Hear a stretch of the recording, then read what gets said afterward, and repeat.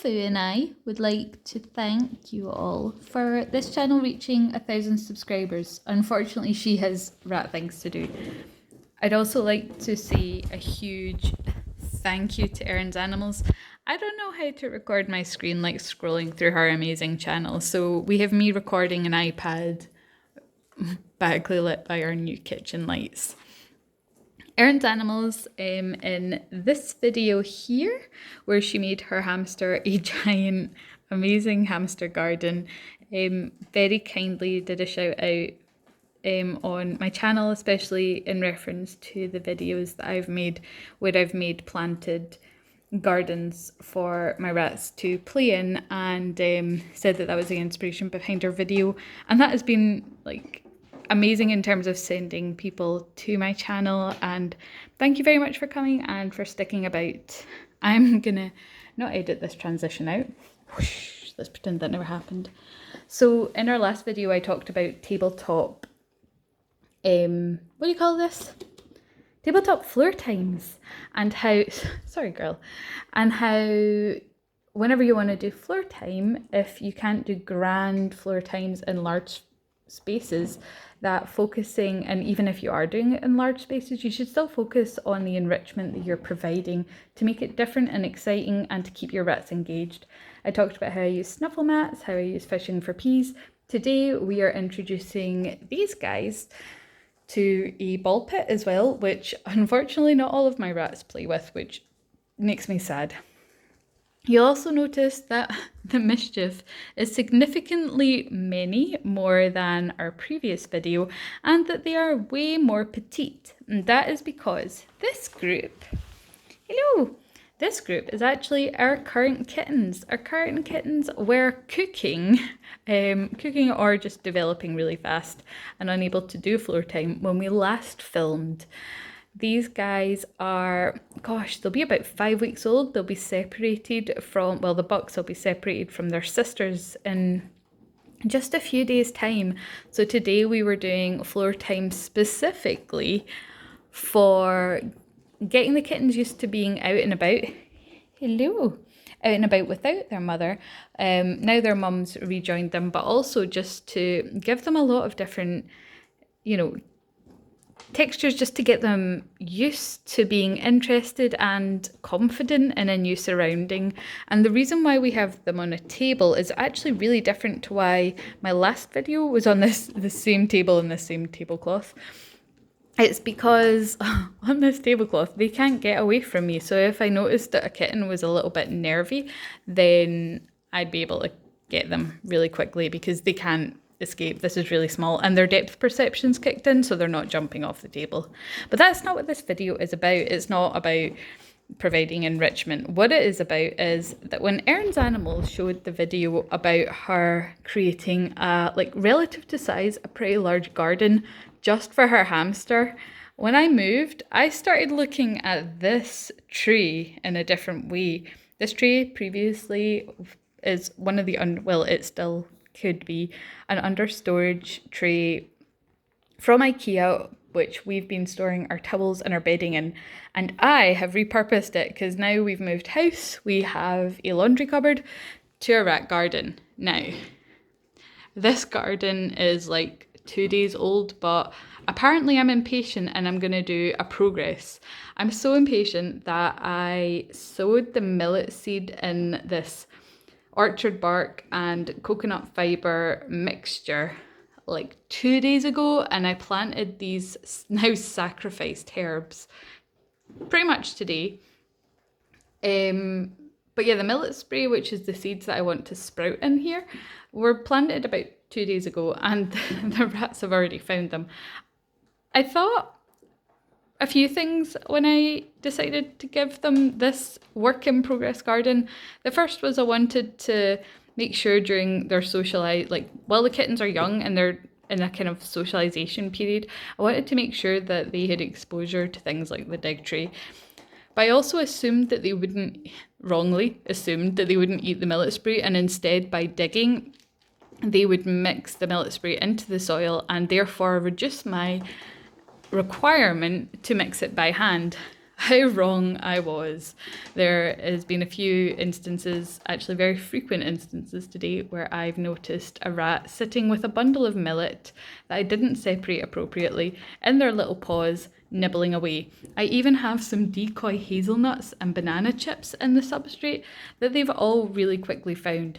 And earlier on, there was also some waxworms in here, which have also been eaten. Apparently, they didn't want the opportunity to have some pets, which is fine. They're like a great source of protein and fat for growing rodents. But yeah, I thought that that would decoy them from millet spray, but I guess what I neglected to consider is that rat kittens at this age, when their mums are starting to wean them, are absolutely voracious little feeders.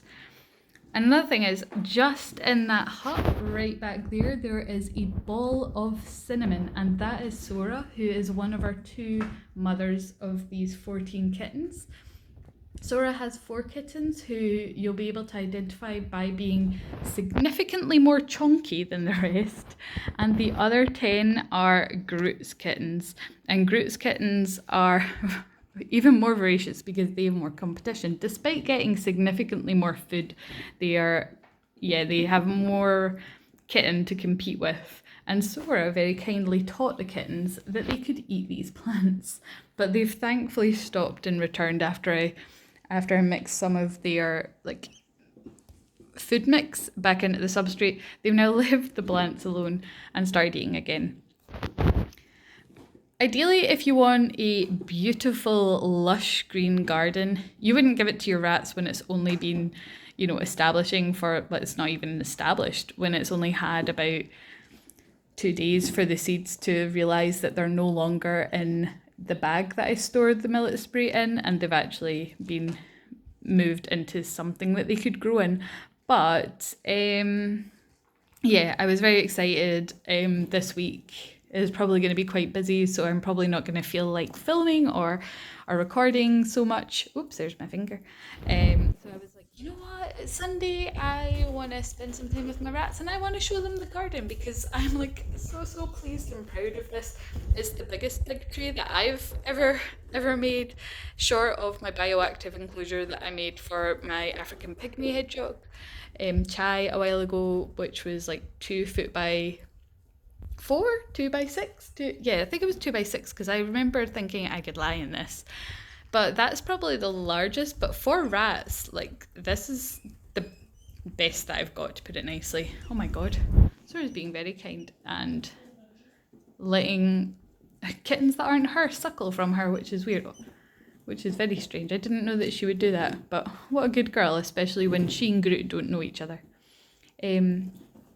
But yeah, I'm going to stop talking and instead let you watch this adorable footage of 2 kittens digging. You might see some spray of food, which will be me adding more food in. They're about to go back to bed. I'm going to make them some nice egg or Vitalin tonight, but yeah, I'm going to be quiet now. Thank you again so much for 1,000 subscribers, and even more so, thank you so much to everyone who's commenting. When I hit 1,000 subscribers, I noticed an influx in comments, and I'm like totally up for talking about rats any time of the day or week. Thank you very much for reaching out to me and appreciating the content, and yeah, I don't know what to say. I'll give another update about where the mischief is. They're not living here right now. They're like literally a street away, living with my friend who also keeps rats. Atlas is doing great. She's really close to her mum and sister now. The place that they're staying is actually Atlas's breeder, who is a really dear friend of mine. They're all great. I'm going to go see them probably tomorrow. I can't wait for this to be properly sprouted so I can bring them over for a couple of hours to play here. And the reason why they're there is just to give us time to keep the rats away while we are painting, decorating, curing rooms and getting them ready to move back in when we don't have to then play like rat cage Tetris or worry about the fumes of tea or whatever it is that we've been doing while we've been getting the house ready to be just how we want it.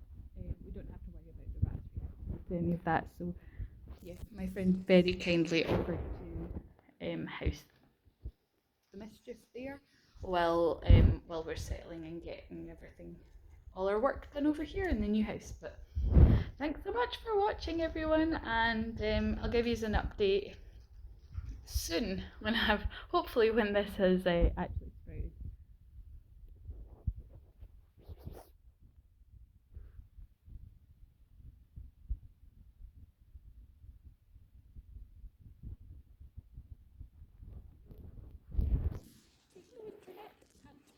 That was my finger.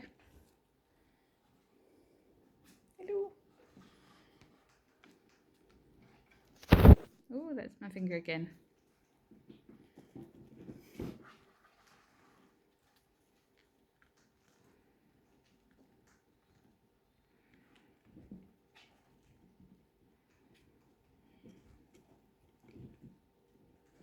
Hiya, buddy. How you doing? You busy? Where you going? Where you going? Can you hear me whispering?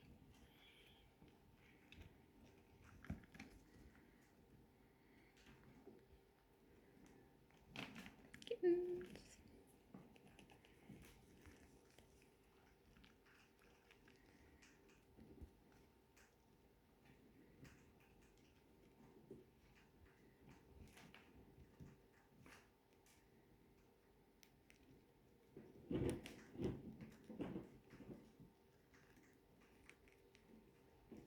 Hiya.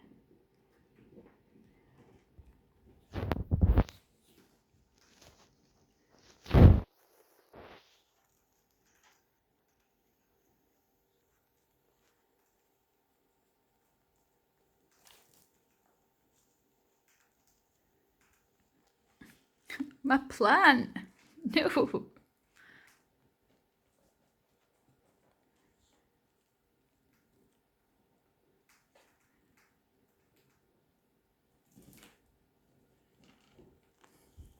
My floor. No. Hi. Caught you. Oh, they're so cute. They're like little twins.